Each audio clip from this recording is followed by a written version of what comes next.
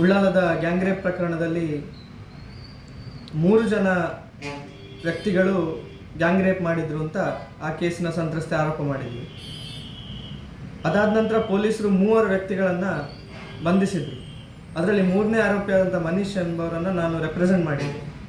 ನಾವು ಆತನನ್ನು ಕೋರ್ಟಿಗೆ ಪ್ರೊಡ್ಯೂಸ್ ಮಾಡಿದ ಮರುದಿನವೇ ಪುನಃ ನ್ಯಾಯಾಲಯದ ಮುಂದೆ ಹೋಗಿ ಆತನನ್ನು ಈ ಕೇಸಲ್ಲಿ ಫಿಕ್ಸ್ ಮಾಡ್ತಾ ಇದ್ದಾರೆ, ಆತ ಈ ಪ್ರಕರಣ ನಡೆದಿದೆ ಅಂತ ಹೇಳಿದಾದ ಉಳ್ಳಾಲದ ಪ್ರದೇಶಕ್ಕೆ ಆ ದಿವಸ ಹೋಗಿಯೇ ಇಲ್ಲ ಅಂತ ಹೇಳುವಂತಹ ವಿಷಯವನ್ನು ನ್ಯಾಯಾಲಯಕ್ಕೆ ತಿಳಿಸಿದ್ವಿ. ಅಲ್ಲದೆ ಆ ದಿವಸ ಅವನು ಲಾಲ್ಬಾಗ್, ಮಣ್ಣುಗುಡ್ಡ, ಬಲ್ಲಾಳ್ಬಾಗ್ ಪರಿಸರದಲ್ಲಿದ್ದ. ಆ ಪರಿಸರದಲ್ಲಿ ಅವನು ಓಡಾಡಿದಂತಹ CCTV ಫುಟೇಜ್ ಹುಡುಕಿದ್ರೆ ಸಿಗ್ತದೆ. ಅದೇ ರೀತಿ ಪೊಲೀಸ್ ಕಂಟ್ರೋಲ್ ರೂಮಿಗೆ ಸಂಬಂಧಪಟ್ಟಂತಹ CCTVಯಲ್ಲಿ ಅವನು ಓಡಾಡಿದ ಬಗ್ಗೆ ಎಲ್ಲ ದಾಖಲೆಗಳು ಸಿಗ್ತದೆ ಅಂತ ಹೇಳಿ ಅದನ್ನು ನ್ಯಾಯಾಲಯಕ್ಕೆ ಹಾಜರುಪಡಿಸಬೇಕು, ಪೊಲೀಸ್ ಕಮಿಷನರಿಗೆ ಅದರ ಬಗ್ಗೆ ಡೈರೆಕ್ಷನ್ ಕೊಡಬೇಕು ಅಂತ ಹೇಳಿ ನ್ಯಾಯಾಲಯದ ಮುಂದೆ ನಾವು ಅರ್ಜಿಯನ್ನು ಸಲ್ಲಿಸಿದ್ವಿ.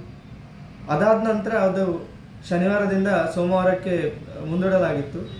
ಅದಾದ ನಂತರ ಇವತ್ತಿಗೆ ನ್ಯಾಯಾಲಯದ ಮುಂದೆ ಅದನ್ನು ಡಿಸೈಡ್ ಮಾಡಲಿಕ್ಕೋಸ್ಕರ ಇಟ್ಟಿದ್ರು.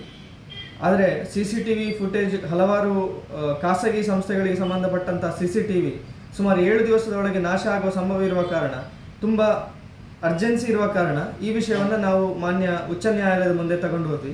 ಉಚ್ಚ ನ್ಯಾಯಾಲಯದಲ್ಲಿ ಈ ವಿಷಯವನ್ನು ಮನವರಿಕೆ ಮಾಡಿಕೊಟ್ಟು ನಮಗೆ ಪೊಲೀಸ್ ಕಮಿಷನರಿಗೆ ಒಂದು ಡೈರೆಕ್ಷನನ್ನು ಕೊಡಬೇಕು. ಹಲವಾರು ಪೊಲೀಸ್ ಕಂಟ್ರೋಲ್ ರೂಮಿಗೆ ಸಂಬಂಧಪಟ್ಟಂತಹ CCTV ಫುಟೇಜ್, ಅದಲ್ಲದೆ ಹಲವಾರು ಖಾಸಗಿ ಸಂಸ್ಥೆಗಳಿಗೆ ಸಂಬಂಧಪಟ್ಟಂತಹ CCTV ಫುಟೇಜನ್ನು ಸೆಕ್ಯೂರ್ ಮಾಡುವಂಥ ಡೈರೆಕ್ಷನನ್ನು ಕೊಡಬೇಕು ಅಂತ ಹೇಳಿ ಮಾನ್ಯ ಉಚ್ಚ ನ್ಯಾಯಾಲಯದ ಮುಂದೆ ನಾವು ಅರ್ಜಿಯನ್ನು ಸಲ್ಲಿಸಿದ್ವಿ.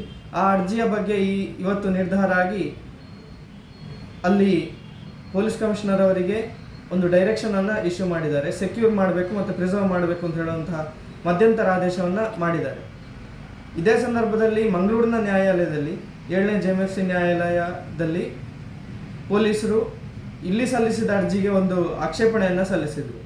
ನಾವು ಈ ಹಿಂದೆ ಏನು ಹೇಳಿದ್ವಿ ಅಂತ ಹೇಳಿದರೆ, ಆರೋಪಿ ಉಳ್ಳಾಲದ ಪ್ರದೇಶಕ್ಕೆ ಹೋಗಿಯೇ ಇಲ್ಲ, ಮಂಗಳೂರನ್ನು ಬಿಟ್ಟು ಹೋಗಿಯೇ ಇಲ್ಲ. ಇವತ್ತು ಆ ವಾದಕ್ಕೆ ಪುಷ್ಟಿ ಬರುವಂಥ ರೀತಿಯಲ್ಲಿ ಪೊಲೀಸರು ಒಂದು ಅಬ್ಜೆಕ್ಷನನ್ನು ಹಾಕಿದ್ದಾರೆ.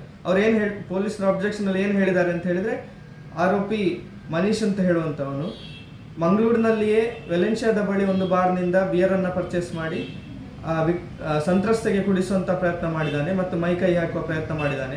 ನಂತರ ಅವನು ಅಲ್ಲಿಂದ ಆಕೆ ಬೊಬ್ಬೆ ಹೊಡೆದಾಗ ಅಲ್ಲಿಂದ ಓಡಿ ಹೋಗಿದ್ದಾನೆ ಅಂತ ಹೇಳುವಂತಹ ಹೊಸ ಕಥೆಯನ್ನು ಇವತ್ತು ಮುಂದೆ ಇಟ್ಟಿದ್ದಾರೆ. ಇದರ ಅರ್ಥ ಏನು ಅಂತ ಹೇಳಿದರೆ, ನಾವು ಆತ ಉಳ್ಳಾಲಕ್ಕೆ ಹೋಗಿಯೇ ಇಲ್ಲ, ಆತ ಗ್ಯಾಂಗ್ ರೇಪ್ನಲ್ಲಿ ಭಾಗವಹಿಸಿಯೇ ಇಲ್ಲ ಅಂತ ಹೇಳುವಂತಹ ಏನು ವಾದವನ್ನು ಮುಂದಿಟ್ಟಿದ್ವಿ, ಅದನ್ನು ಪೊಲೀಸರು ಕನ್ಫರ್ಮ್ ಮಾಡಿದಾಗ ಆಗಿದೆ. ಹಾಗಾಗಿ ಒಬ್ಬ ರೇಪ್ನಲ್ಲಿ ಭಾಗವಹಿಸಿದಂತಹ ಒಬ್ಬ ವ್ಯಕ್ತಿಯನ್ನು ಈ ದಿವಸ ಈ ನ್ಯಾಯಿಕ ಪ್ರಕ್ರಿಯೆ ಮೂಲಕ ನಾವು ಉಳಿಸಿದ್ದೇವೆ ಅಂತ ಹೇಳುವುದಕ್ಕೆ ನಮಗೆ ತುಂಬ ಖುಷಿ ಇದೆ. ನ್ಯಾಯಾಲಯವು ಕೂಡ, ಮಾನ್ಯ ಉಚ್ಚ ನ್ಯಾಯಾಲಯ ಕೂಡ ತಮ್ಮ ಆದೇಶದ ಮೂಲಕ CCTV ಆರೋಪಿ ಪರ ಇರುವಂತಹ CCTV ಫುಟೇಜನ್ನು ಸೆಕ್ಯೂರ್ ಮಾಡಲಿಕ್ಕೆ ಆರ್ಡರ್ ಮಾಡಿರುವಂಥದ್ದು ನಮಗೆ ಈ ಕ್ಷಣಕ್ಕೆ ನೈತಿಕ ಜಯ ಅಂತ ಹೇಳ್ಬೋದು.